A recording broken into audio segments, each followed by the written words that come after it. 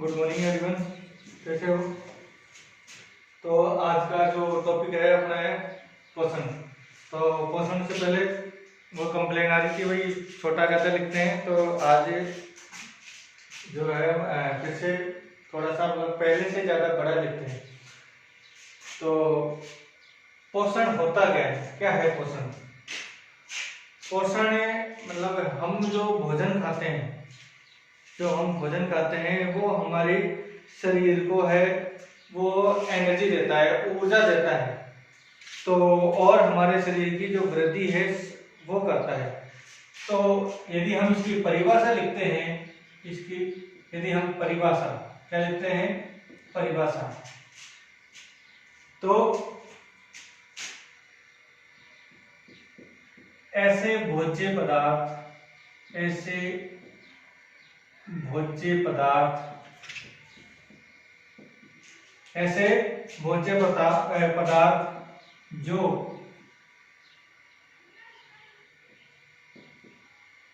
जो शरीर की शारीरिक वृद्धि व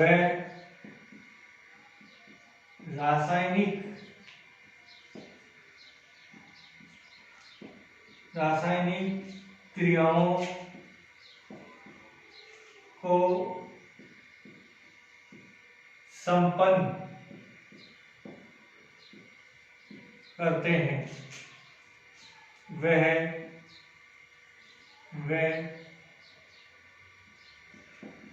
पोषण कहलाते हैं।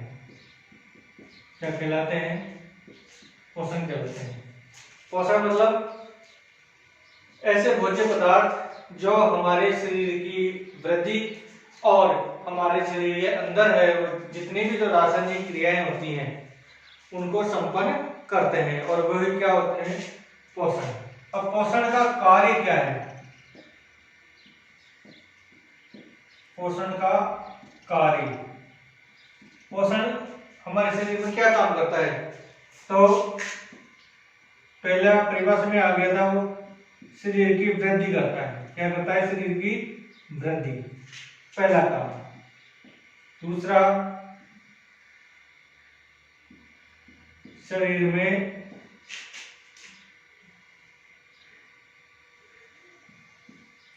टूट फूट की मरम्मत करता है। क्या करता है? मरम्मत करता है। तीसरा है रासायनिक क्रियाएं करता है।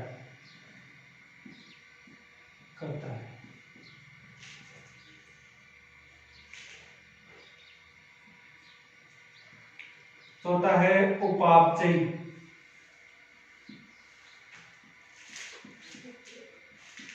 क्रियाओं को संपन्न करता है। क्या करता है? संपन्न करता है।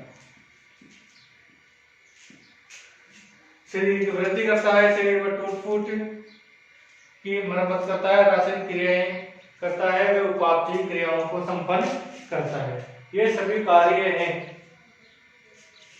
जो कौन करता है? ये पोषण के द्वारा काम में आती है।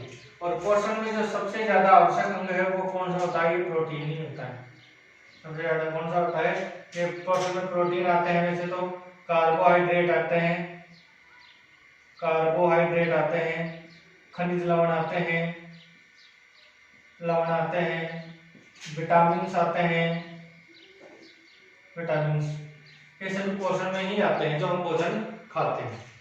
अब पोषण के आधार पर, पोषण की हमने बात की अभी, तो पोषण के आधार पर जो ये जीव जंतु हैं, है ना, तो उनको कैसे बांटते हैं? तो पोषण को ही हम पहले पोषण की बात करते हैं। तो और इसके अलावा मैं कुछ और बता दूं। देखो, हमारा शरीर है एक चलती हुई ट्रेन होती है या गाड़ी होती है, उसके इंजन की भांति होता है। अपना जो शरीर होता है वो क्या होता है? इंजन की भांति होता है। जैसे ही इंजन में आपने तेल डाला तो जितना तेल है और उसकी कैपेसिटी उतना ही वो चल पाएगा और उसके बाद बंद हो जाएगा। वैसे ही नियमित रूप से हमारे शरीर को यदि भोजन नहीं मिलता है तो हमारे शरीर में भी जो क्रियाएं हैं वो सब क्या होती है, निश्चित समय के बाद में वो बंद हो जाती हैं। तो इसलिए तुलना हमारे शरीर की है जो किससे की गई है, वो इंजन से की गई है। इसे पोषण होता है तो पोषण हम लेते हैं, तो जो पोषण का काम है ये हमारा जो पोषण है ये तेल का काम कर रहा है। जो ऑयल जो डीजल पेट्रोल हम गाड़ियों में डालते हैं, तो वैसे ही हम जो पोषण अंदर डालेंगे ना तो ही हम हमारा शरीर काम सुचारू रूप से कर पाएगा। तो अब पोषण को जो है दो भागों में बांटा जाता है। कितने भागों में बांटा जाता है? दो भागों में। कौन कौन से? एक तो स्वपोषी होते हैं। कौन से होते हैं? स्वपोषी। और एक होते हैं परपोषी, या बोलते हैं विषमपोषी। विषमपोषी, एक तो परपोषी और या विषमपोषी, और एक होता है स्वपोषी। स्वपोषी किसे कहते हैं? इसकी परिभाषा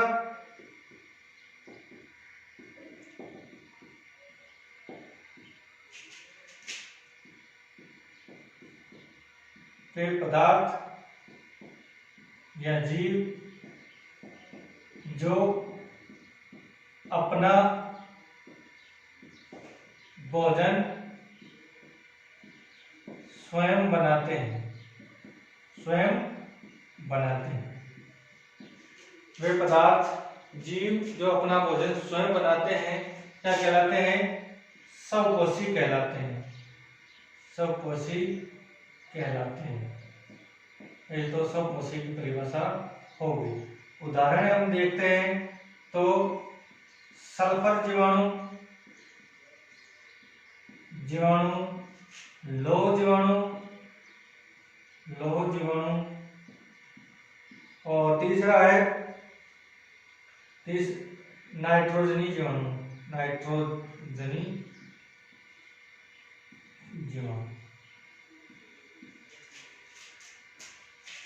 और ये जो सभी हैं, ये सभी क्या करते हैं? कार्बनिक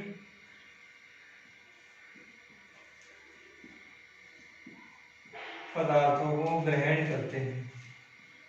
कार्बनिक पदार्थों को ग्रहण करते हैं।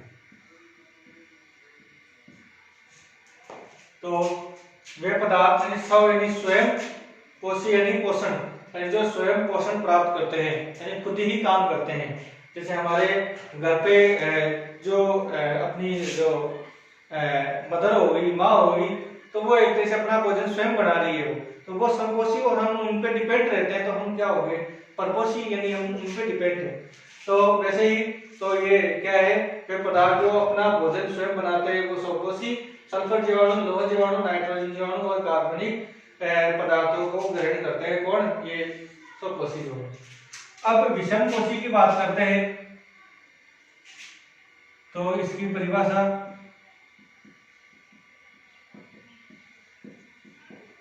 वे पदार्थ या जीव जो पदार्थ में जो पादप जीव, पादप, यहाँ पादप, वे पादप या जीव जो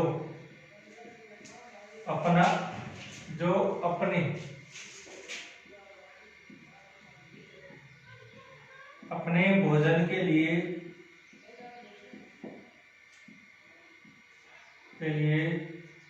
दूसरों पर निर्भर रहते हैं, वो क्या कहलाते हैं? परपोषी या विषमपोषी कहलाते हैं। ठीक है। अब ये जो परपोषी, इसको मैं मिटा रहा हूँ, इसको स्वपोषी हो गया।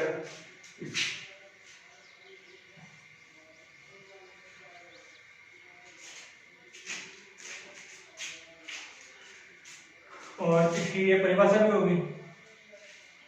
और फिर अब इसको है जो 3 भागों में बांटा जाता है, इसको जो है ये परपोषी है। इसके जो प्रकार है वो देखो, एक तो है प्राणी समपोषी, प्राणी समपोषी। फिर इसके अलावा एक कौन सा हो गया, ये हो गया प्राणी समपोषी हो गया। फिर है परजीवी, कौन सा हो गया, एक हो गया परजीवी प्राणी समपोषी, एक हो गया सहजीवी, सहजीवी, और दूसरा होता है मृतोपजीवी, मृतोपजीवी। ये हो गए 4 भाग। कितने भाग हो गए? परजीवी, पर दूसरों पर जो रहते हैं उसे परजीवी कहते हैं। और प्राणी सम यानी अपने जैसे जो प्राणी है उन पे ही डिपेंड रहते हैं। सहजीवी यानी जो साथ साथ जीवन जो जीते हैं वो सहजीवी, साथ साथ जीवन जीते हैं। मृतोपजीवी यानी जो अपने भोजन के लिए मरे हुए जीव जंतुओं पर आश्रित रहते हैं या पदार्थों पर आश्रित रहते हैं, वो मृतोपजीवी होते हैं। तो पहले है परजीवी। ये परजीवी है 2 प्रकार के होते हैं। कौन कौन से? या पहले परिभाषा लिखते हैं,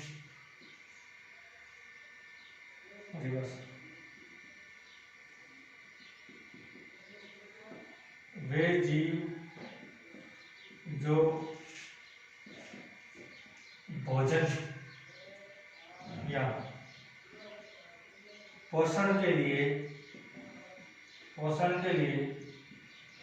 दूसरों पर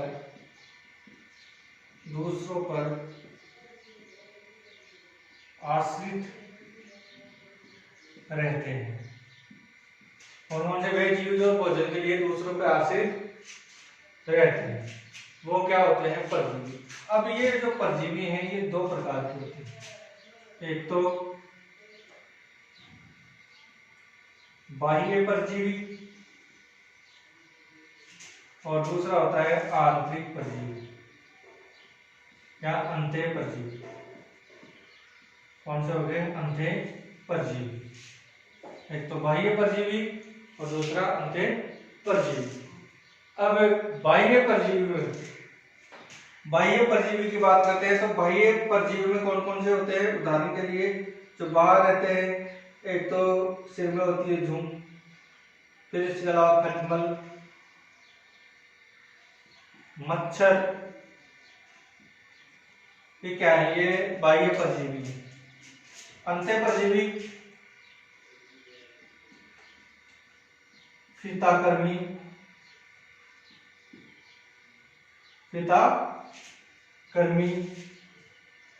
यकृतकृमि, प्लाज्मोडियम,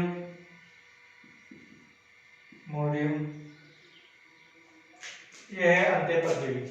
बाह्य यानी जो बाहर से और अंतः यानी अंदर से। यहाँ बाह्य का मतलब बाहर रहते हैं जो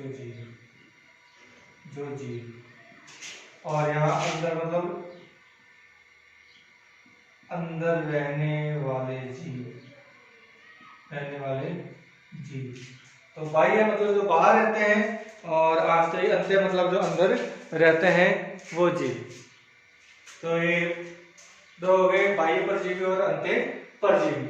अब इसके बाद में जो चलेगा वो हमारे चलेगा प्राणी समपोषी।